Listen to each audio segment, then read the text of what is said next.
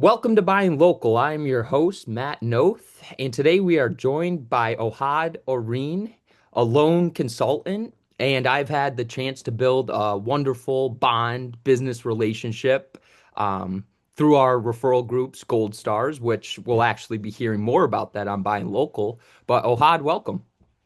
Thank you very much for having me. When I first heard about this thing that you do, I was like, I wanna check this thing out. Right? Yeah, very, very happy to get you on here and Glad long. glad to be here. Yeah. Well, if there's anything I left out, would you just, kind of tell a little bit about you, what you do, and to the viewers out there? Sure. I work with Loan Depot, which is they're the third largest independent mortgage bank in the country, and they're publicly traded.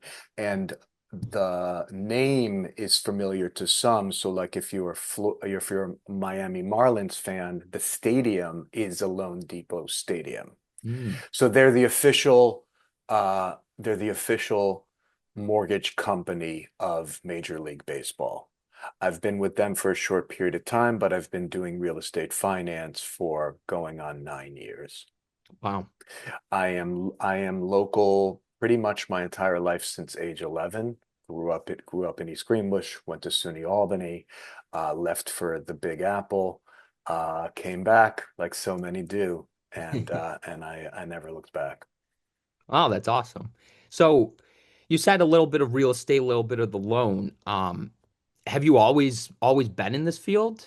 No, I actually started out my degree started out engineering, believe it or not, at University of Buffalo. I failed out miserably for various reasons, and then moved to computer science, which was actually easier for me, but also coincidentally, programming became more important than engineering because when I went into school, like engineering was this thing to do, like, like lawyer, engineer, doctor, right? But the computer science, like programming and then the internet and then, social media became like so many things in my life, accidentally, the thing that was simpler for me to do became the thing that was what. So I started out for a financial place, but as a programmer. I Wow. I I developed for Goldman Sachs was my first job. So not ACO, but Gold, like the parent company, Goldman No. in the city.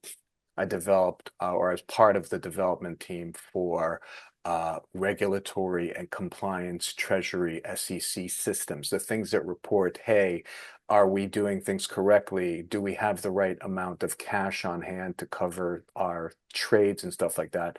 I was part of that system, which I found very interesting, the work, but I don't know how many system programmers but they're not usually a party. Yeah.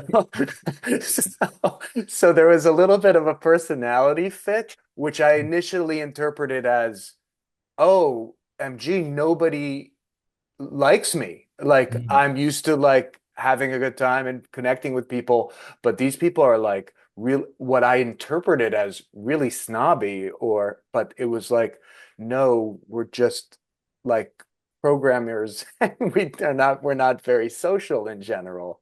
So there was some fun, but it was just like I it was a box that didn't really fit my style that much. So the work was interesting, but the my colleagues were not as interesting. Do you know what I mean? So Yeah. started out basically as a combination of tech and science, and then ultimately, when I moved back here, I took a job in finance, but with an auto dealership. I was part of the destination group where they included me, but they didn't include puppies and babies.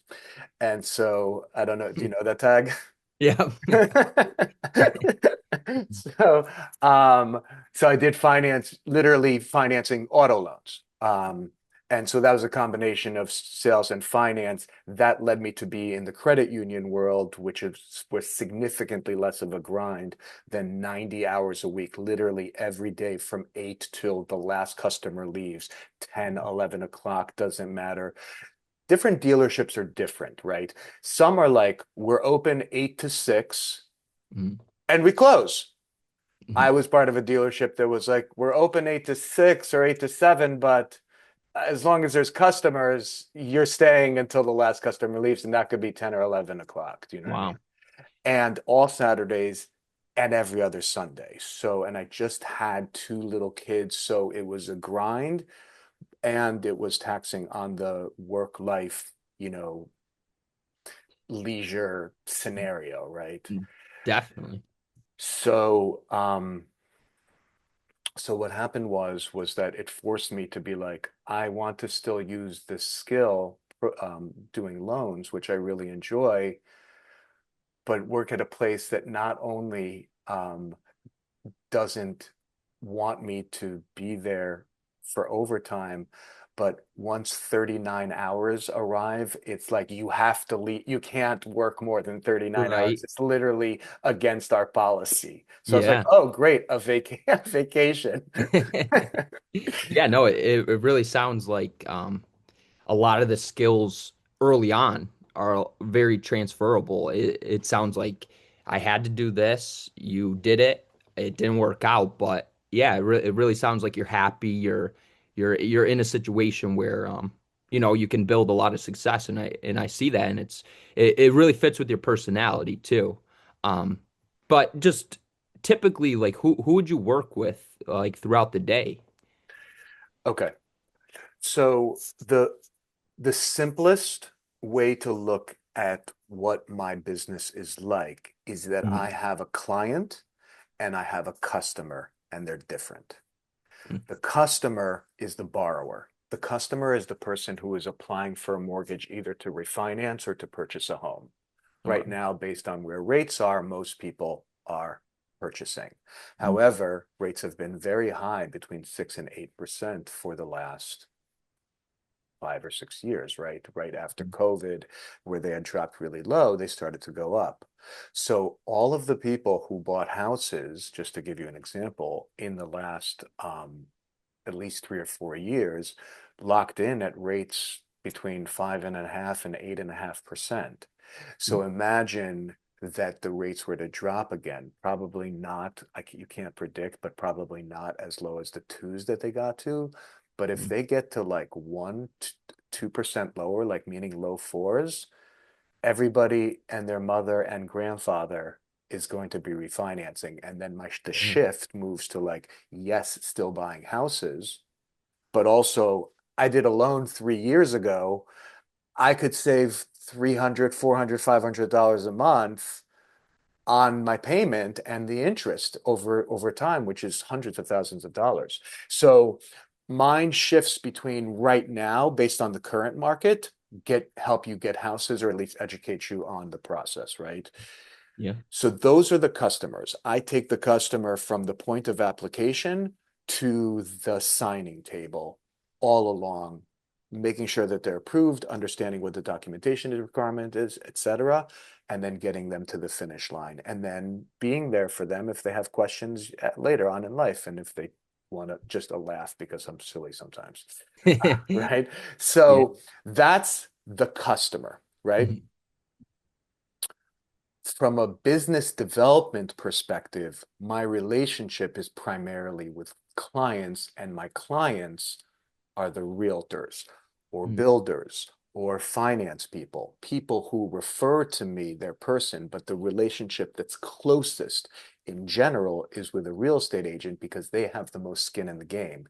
They Yeah. have somebody buying a house who's not paying in cash, who needs, like, and they need to know what's going on with their deal, right? So Mhm. we're in it, we're partners, we're in it together. Like, Yeah. I don't get paid if that person doesn't get the loan and the house doesn't close, and neither do they. So we are literally in lockstep. My business development is to be like, I'm a good partner. I will make sure that I make you look good. I deliver for your client, right? Their Mhm. client is the customer. I'll deliver for them. But the person that I'm taking care of above that is you, because we are actually in business together. My relationship, you see the distinction between Yeah. customer and client? The customer is still somebody I treat well. I treat well. I take care of them. Hmm. but I don't have an ongoing business relationship. They're not going to get another house likely in the next 5 or 10 years. The transactions are less, right? The focus for mortgage loan officers, which is Loan Depot calls them loan consultants, and it's a little bit confusing. I love you, Loan Depot, but it's not clear necessarily that that's what you do. You have to sort of figure it out, but that's what the official title is: mortgage loan officer or mortgage loan originator, of which I am licensed, and I had to become licensed when I left a bank.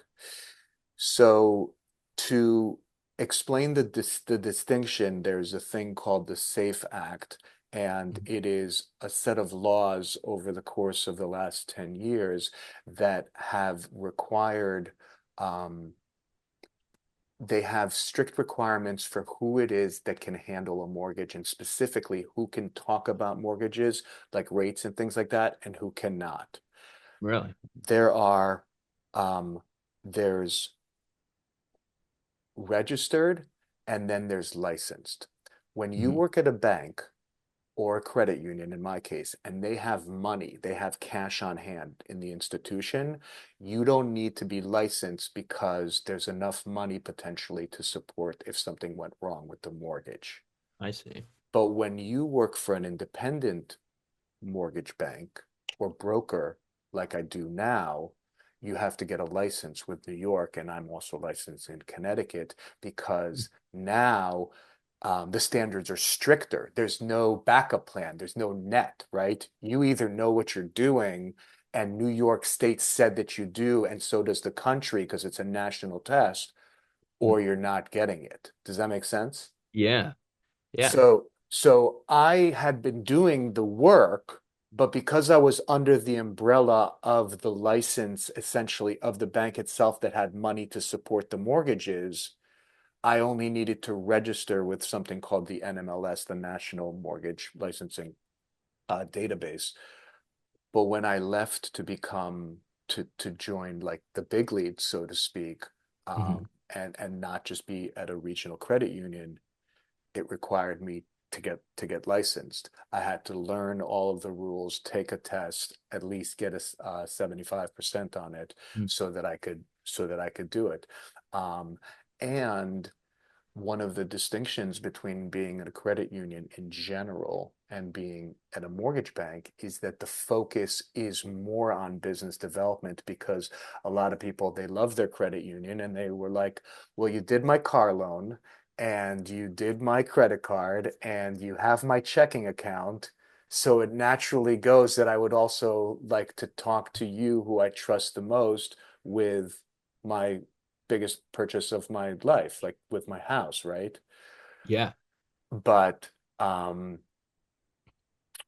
so what that means is that that business in general comes in. It doesn't mean that people don't make phone calls and try to develop relationships at cetera credit unions. They do, but there Mhm. is a flow of people, from anybody who's making a deposit all the way to somebody who got a credit card. There's a flow of potential leads and referrals of people who are banking with this institution.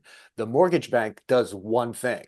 So when you come to it, you're just there to either get a mortgage or you're going with somebody else. So the challenge is, oh, I need to develop relationships because other than certain lead systems like getting it from Zillow or something like that, you're out on your own. So that's like the challenge and the beauty of kind of running your own business, but being part of a larger umbrella.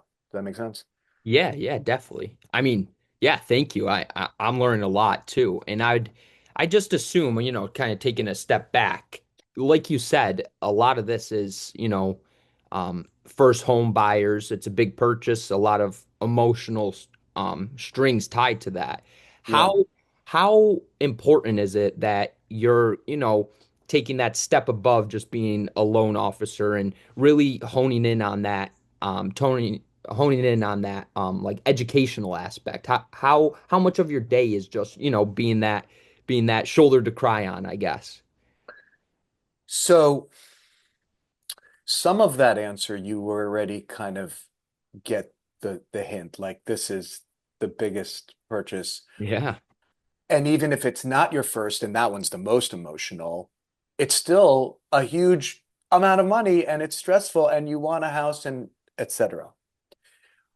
What sometimes people believe is that, oh, I want it to get done quickly. Mm. That is true. Here's what you want to get done quickly. You want to get to the point that you're like, oh, everything's fine. I don't, it's all under control. I move in when I move in. In fact, counterintuitively, you'd be like, yeah, let's get it done right away. Closing quickly is important to my real estate partners who I love, but they also want to get paid, right? Yep. The priorities are slightly misaligned, right? So you just have to keep, it's like this marionette where you're satisfying different people. Because think about it from the perspective of what I call the customer. Mhm. Think about it for you. If I were to tell, so right now, are you renting? Yep. Okay, so you rent an apartment, you have all of your stuff, you possibly have a pet, you have a significant other, whatever. You come to me and you say, I'd like to buy a house, and you point to that house. If I said to you, Matthew, great news. I have you approved, and here are the keys to the house. Are you ready to move tomorrow?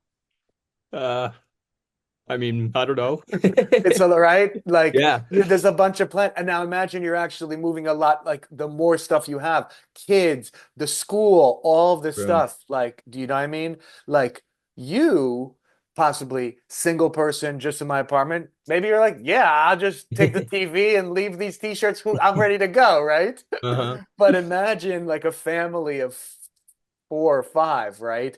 And what if you moved to school to a new school district, registration, all of that stuff? Like your pet, where are they gonna where am I gonna go to doctors? Am I still gonna like imagine compounding all of those different things to being like, oh, okay, I'm not ready to move in tomorrow. Just the fact that you got me approved, and now it is one last thing, a very big thing for me to worry about so that I can so I can focus on the other 50 things that I need to think about in moving. Thank you for doing that. Yeah. So, what my goal is for them to understand as much as they need to, make it as simple as possible, but not simpler. I don't need to get into all of the different rules and regulations and all the fluctuations of the market and what it is that leads to one particular product. I just have to present, and there's, by the way, hundreds of different mortgage products. And the bigger the organization you work for, the more there are. There's Mm. conventional, and there's government loans, and then there's special programs, and there's ones for investors, and then there's two large houses, Fannie Mae and Freddie Mac, that offer similar but not exactly the same. Imagine I hand you a encyclopedia, right? Or Wikipedia. Like, imagine I hand you 75 Wikipedia pages basically and be like, here is all of the information you need, blah, blah, blah. You read it and then get back to me. Let me know which one you want. No.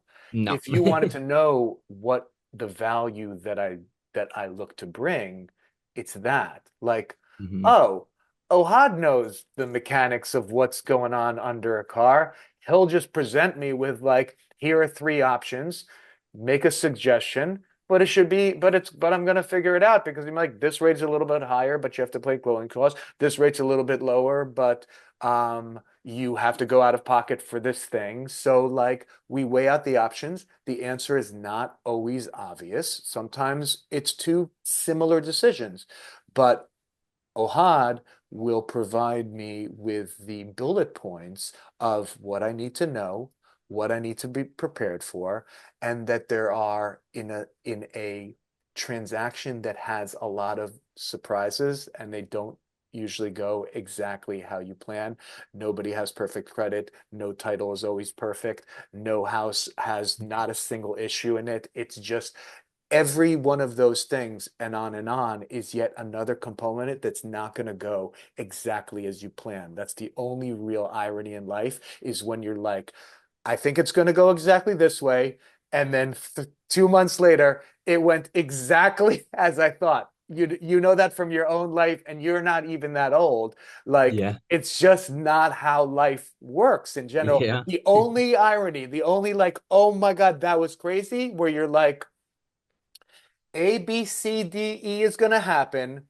Mm. And 2 months later, A, B, C, D, E is exactly what happened. You're like, okay, what is this like? Is this like a parallel universe? Yeah, are we living in a movie? Right? Do you see what I'm saying? So, Yeah. like, so what you are getting from me is like, oh, he's an expert. He knows what he's doing, like a really good mechanic, like a doctor, whatever it is, right? I have faith in that, and he'll give me the information I need, and he'll be available whenever I have a question or if I panic. And he'll do it in a light way where we can joke and take the pressure out of the situation, but I can tell that he's also serious about the business as well. And that's kind of balancing act. And so similarly, it is what I provide to my clients, but a different version, which is I can count on this person to provide that to my client. That's what they're going to get. Yeah. I've signed up for an experience that is going to be, that is not only going to be great for the client who they have for life as well, even though they don't buy a lot of houses. The whole point is they have a cousin, they have a sister, they have a friend moving in from Kentucky. Like, life keeps happening. So you want there to be like, oh, Lindsay is who I talk to about buying houses. And so somebody had a question. Lindsay is who I'm going to have them talk to. And if Mm. they were like, oh, wait a minute, this has to do with finance, it doesn't even matter. It's like I'm getting a credit card, but like, this has to do with finance. I know somebody who does like one of the hardest types of loans. He probably knows about a personal loan, or should, you know what I mean? So Yeah. that's how business, to kind of circle back to Gold Star, Mm. that is it operating at its best in like, that's when the jazz band is the most tuned, so to speak. You know what I Yeah. mean? Where you're like, oh, boom, boom, boom, and you're making the connections. That's the place you want to go to. Yeah, and I feel like that's the biggest thing. Again, back with your personality, it's you light up a whole room. But that's the key aspect of, you know, your business model. You make sure to provide everything, like you said, bullet points. There's so many loans out there that, people could, be approved for, but may not make sense. So I love that, the education piece is before everything. And then, you start getting into the dirty work. But what would could you just kind of walk me through that, initial steps of getting approved? How would someone get Sure, approved? sure. I'm going to I'm going to speak in a general way, Yeah, and then please. and at the same time specific way, Yeah. like with me. And a lot of it will overlap and some of it will be different. Okay. Okay. Yeah. You and I know each other. Yep. You and our relationship is going to continue to grow. Is my hope, at least, unless I, you know what I mean, get thrown out of the party. So, right. So already in your head, you're like, Ohad does mortgages Mm. and I'm saving money. And in 2 or 3 years, I think I want to buy a house. Let me take you through, actually, basically, because you're like, oh, what happens when somebody calls you? And I'm like, I could answer that. They call, they want a mortgage. I send them a link. They put in an application. It takes 5 minutes and I go over it with them. That's the boom, boom, boom. That's the story, right? Yep. But now I'm giving you the actual story of how you want it to go. So one, either Lindsay, who I keep naming, this person who's actually a real estate partner of mine, but I'm naming her as a general person. Lindsay gets a buyer. That's what happens. They're ready to go. She asks them, "Are you pre-approved?" And they go, "No." She said, "You need to talk to my friend Ohad." Um, You should, I mean, there's different options, but from my experience, Ohad is very good. You should talk to him before and get pre-approved or at least pre-qualified before you get started and then go shopping. That way, similar to a car, you know how much car you can buy and you know what the payment is going to be, right? Or at least you have a pretty good idea. That's the jump off through a real estate partner, right? But Mhm. let's say you came to me, we've known each other for a while, I have some sense of what I'm talking about, and you're like, I think I want to get a house like in 3 years. If you start that conversation with me, like I'm thinking about getting a house in 3 years, I'm not going to be like, who you need to talk to right now is my friend Lindsay, because she's Mhm. going to want to start showing you houses, right? Yeah. But it Yep. doesn't make sense in 3 years. So I say, listen, a lot of people think that they need to save 10, 20% in order to buy a house, which means if you're buying a $300,000 house, you need $60,000, right? 20% Mhm. down. It's not necessary. In fact, you can get a house with no money down with certain government programs. You can get a house even conventional with as little as 3.5% down. But the question is, oh, I can get a $300,000 house and I only need to save like $15,000. I'm doing the math off the top of my head. It's probably wrong, Yeah. but you get the general thing. Yeah. Um, and I'm like, yes. However, the payment is going to be $4,500 a month. So yes, you could save less, but the Yeah. payment is not going to be affordable and you won't be able to even be approved if you don't make enough money for that payment. And True. that's when just even the beginning of me introducing you to see how we're doing it right now. Yeah. And that's exactly how it works. So Yeah. like I'm showing you at the same time of like that's exactly how it goes in life. You came to me and I said, here are some things that you want to think about. You don't need to overwhelm yourself, but just know that in general, you want to have about this much available, and you need to be aware of the fact there's closing costs as well in general. So it's not just the down payment that you've saved for. You come back to me, Ohad, great news. I saved $20,000. And I'm like, but whoa, whoa, whoa, Matt. The news is not as great as you think because you just save for the down payment, but Hmm. to close a mortgage, there's also closing costs as well.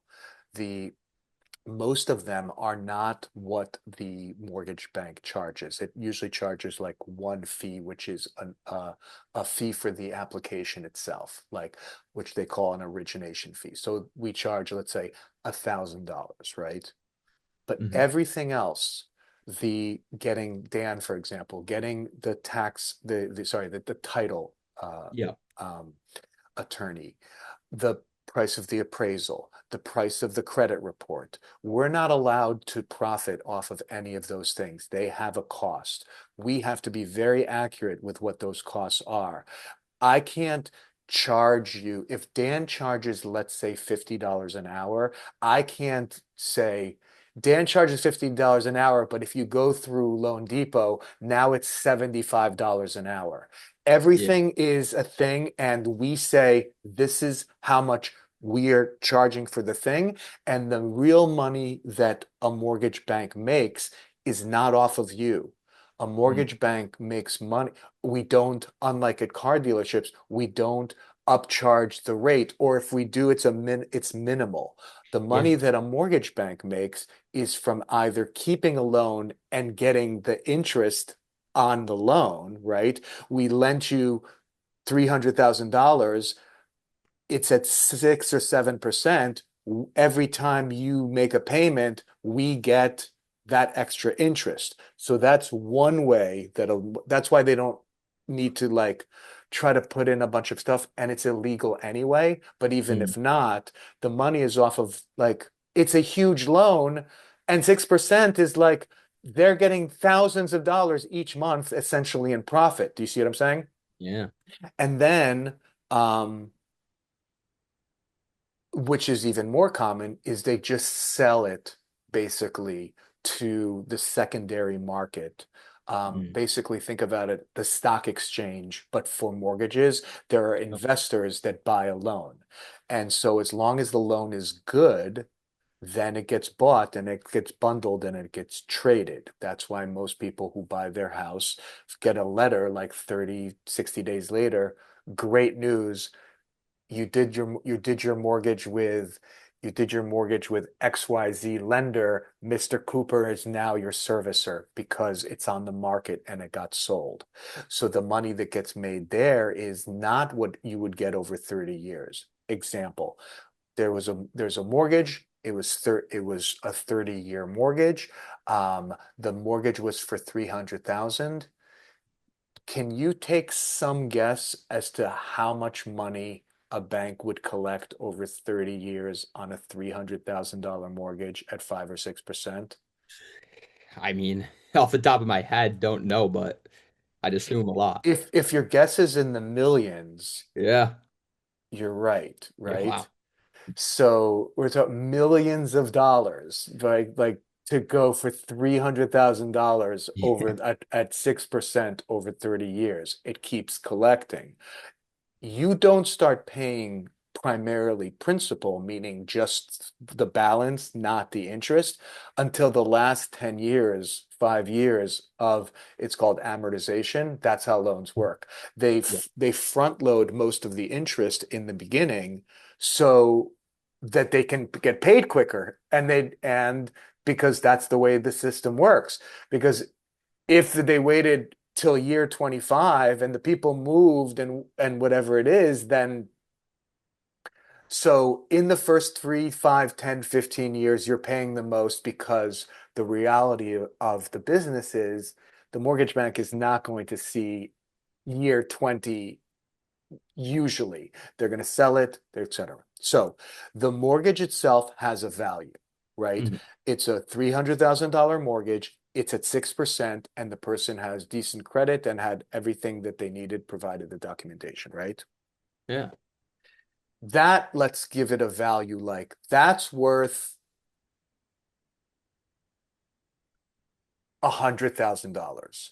So when the mortgage bank says, I'm offering you something that's worth $100,000 and I'm selling it to you for 75, they're like, that's a great deal. And then they buy it. And that's a very simple explanation of the mortgage business itself. Does that make sense? Yeah. Yeah, definitely. And So to answer your question, that's basically the process is three years before Matt buys a house, he consults me about like how much should I save. I give him some information like this is what payment's going to look like, and if rates stay where they are, this is about how much you want, and you need to be aware of closing costs. So 20,000 is actually 35,000 because you have to cover both, and that can be a surprise. And from what I've learned is that nobody other than children for their birthday like surprises. And the yeah. surprises that people like the least is surprises that have to do with their money, right? Surprise, more charge. Surprise, this is going to cost a lot more. Surprise, it's taking way longer than I expected. So my commitment is to underplay what the situation is or to overplay like expect a lot of money, expect it to take time, but we will get through it together. So that way, if I set the bar like low or higher and you come in, you close quicker than you thought, the documents that you had to provide were easier than you thought, then you're like, oh my God, that was better than I had expected. Yeah. But on the flip side, if you're like, how much money do I need? And I'm like, about $5,000. You get to the beginning of the mortgage, and I'm like, it's actually 10. And then I'm like, you said it was going to close like next week. And I'm like, well, but there's also the blah, blah, blah, and the other blah, blah, blah, and the blah, blah, blah. But like, but why didn't you tell me about all the blah, blah, blah before? I was like, uh, well, it's whatever. You're like, whoa, whoa, whoa, what do you mean, whatever? Yeah. You see what I'm saying? Yeah, That definitely. is what you're getting. Like, oh, I'm going to know what to expect. It's likely going to cost me less or take less time than he's presenting, and that's great. Now to double click on the nitty gritty itself. Mhm. In general, there are three things that you need for a mortgage. You need, there's a credit score that you have, and it determines your rate and whether you qualify. There's your assets, the money that you have to put down, or is it coming from a gift, what you can, etc. And then there's your income, your capacity, as it's called in the mortgage business. How much can I afford? How Mhm. much do I make? How much are my debts compared to my income, and how much will they be when this mortgage is done? Those three, and there's other factors, but those are the pillars, right? Those are the three pillars of like what I need for a loan. When you apply, I go over all of those with you, and then I ask you to prove it, show and prove. Yeah. You say, I make $50,000. Matt's an honest person. He says he makes $50,000. I believe him. I send a pre-qualification. But you know who doesn't believe it? Those finicky investors over there. Yep. They're not like, I'll take your word for it. That sounds great. They need the proof. They need proof. They're Yes. like, no, no, no, but believe me, Matt is solid. They're like, well, we see he has good credit. We see that, but I don't know that he can actually afford this. And I was like, trust me, he's got it. Yeah, right. I win. So, so it's like, oh, well, what do I need in order to prove my income? Hmm. Well, W-2 income is the easiest.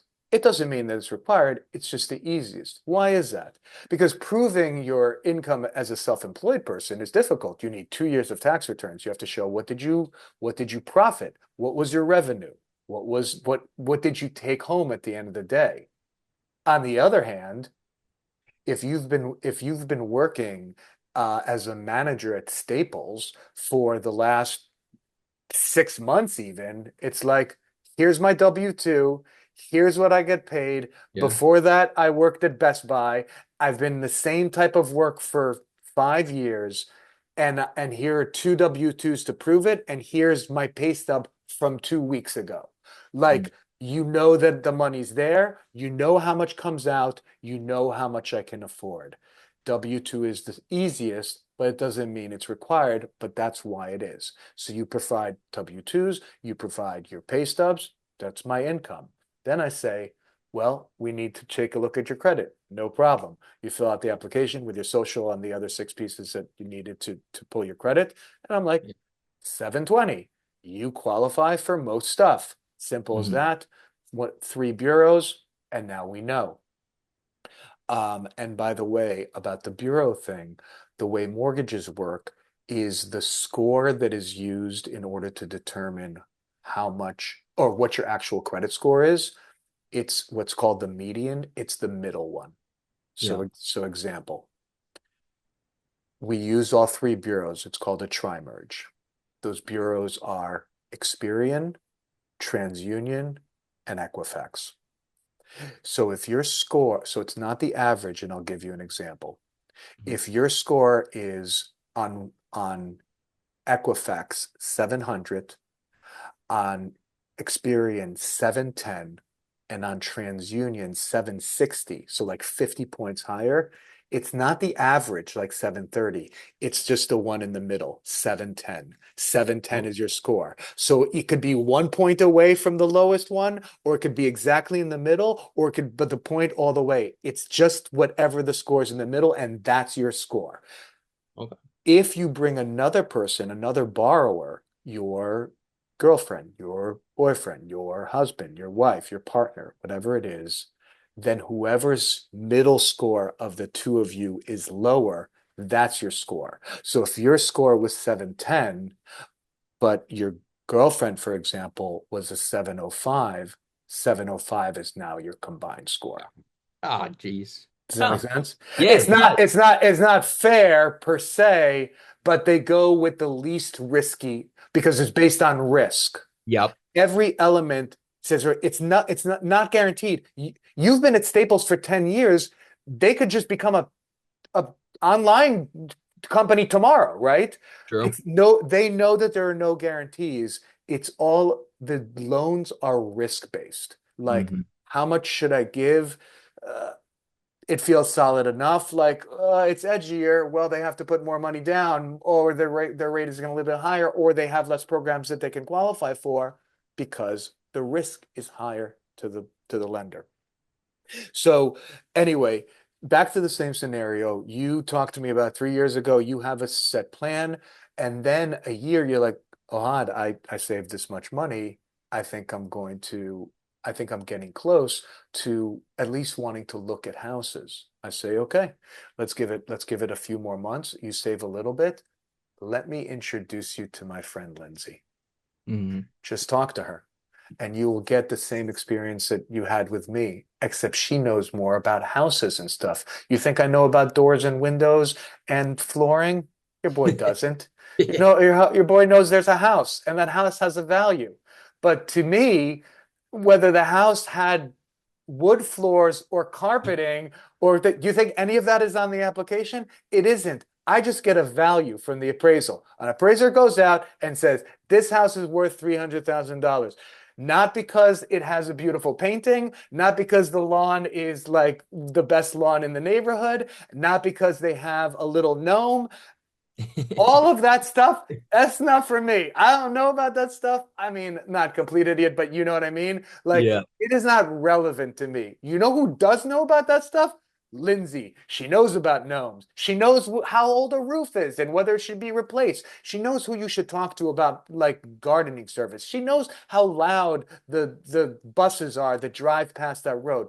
All this information that isn't relevant to my job, you don't talk to me about that. You don't Mm. need to. You have somebody else to consult for that.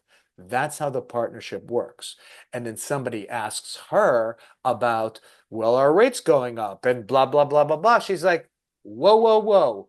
I know about lawns. I know about this neighborhood. I know about your price range. You know who you should talk about to this finance person about? Ohad. And that's basically how the whole enchilada works. And so you apply, you provide that information, it gets underwritten, it gets viewed. Everybody's like, oh, this is clean as a whistle. You know you're good. You can relax. I provided the documentation and they gave me an idea of what I'm going to need to bring to the closing table, or at least he told me eventually somebody's going to tell you exactly what you need for the closing table. I don't know yet. There's other factors. And be okay with the I don't know. I don't know doesn't mean I'm lying to you. I don't know doesn't mean I'm an idiot, although I am sometimes. All I don't know means is there are variables that are not known yet. There's how much the house is going to actually appraise for. Is there any issues? Is there issues with the title? How much exact cash are you going to need to close? We don't know. We have an estimate. It's called a loan estimate. It's literally the exact legal term for it. It's a loan estimate. It's going to be very close though, right? The loan estimate is like, oh, it's about 70. And then it's like, I meant 700,000. Whoopsie. No, Yeah. it's gonna be within 0% or 10% at most over what it is that what I quoted you. You will know if the quote was, I need about this much money, and this is about what my payment is going to be.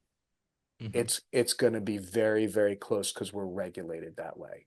But you won't know the answer to that exact like detail. You don't know that till like 3 or 4 days before you close because there's still information coming in about like, well, what is it going to cost? It's going to cost close enough to this. But when you get the closing disclosure, which is the last part, it has to match almost identically, and there's only certain things that can be different. I'll give you an example of something that can be different. Let's go back to the Dan is the title agent. Mhm. I say to you, the title agent, if you use this one or this one or this one, is going to cost this much. But you say, I want to use my own real estate attorney. And then Mm. I say, well, then I can't tell you for sure how much it's going to cost because you brought in somebody from the outside and I can't be like, oh, it's going to be 50 an hour. Like, oh, I brought the guy who drives the Lexus. I was like, well, now it's not $50 an hour anymore. How is that my fault? Yeah. Do you see what I'm saying? But Mm. there's certain things that always cost the same. Property taxes will always be the same. Mm. Like There's no upcharging property taxes. Like property taxes in Warren County are what they are on that house. In Washington County, they are on what they are on that house. In Rensselaer County, in Saratoga County, they are the property taxes and school taxes are what they are on a certain amount. That Yeah. doesn't change. That's what you know. That how much money you're going to have to pay and how much was paid already is an exact science to the zero. But if you're like, oh, I also want an inspector as well. Oh, you didn't tell me that me bringing in an inspector that costs like $2,000 was going to cost more. I was like, yeah, obviously I didn't tell you that. You brought in a person, you're allowed to, but Yeah. but you can't be like, hey, you said this, you said it was going to be less, but like, yes, you're allowed to bring stuff, but it makes the cost. So you do this whole thing that I'm talking about, I have to basically pick the three or four things that make sense to you at this very moment without overwhelming you, and you getting the impression within 5 to 10 minutes, oh, he's got this. He's got Yeah. this. And if I have a question, he's available. He's not going to tell me all the things. I will tell them to you as they come up. And if you have a question before that, ask anytime. Well, that's awesome, Ohad. And I know we're running short on time here, so just want to throw it out there. If people were, looking to connect with you, learn a little bit more about you, get in contact with you, how would they find you and get a hold of you? The magic of having the stupidest name in America is that there's only two of me in the entire country. Really? Yes, two. There's okay, so if my name was John Smith, I would be like, listen, John Smith at Lone Depot, the office in Westchester, not the other one. That's me, and that's the link tag. No, not that, right? But there's one privilege to my name is that there's one Ohad Oren in all of New York, and there's two in the whole country. Okay, and that's how you use a weakness to your strength. So if you Google even Ohad Oren Lone Depot, I come up. If you Google just Ohad Oren, much to my mom's great pride, she's so proud, a a doctor, oncologist, medical professional with a Harvard degree who practices cancer medicine is the other Ohad Oren. So listen, either it's me, the mortgage guy, not great, but it's the other one, or literally the guy working on curing cancer. So you have your pick. Which one do you think it is? Don't be disappointed, but good news, he can't help you get a house. Well, this has been awesome. Good, Thank you, good. everybody, for listening. And of course, you can find us at buyinglocal.us. We're on Spotify, Apple, Rumble, and YouTube. And Ohad, thank you again. This has been amazing. My And pleasure, my friend. and we'll talk to everybody next week.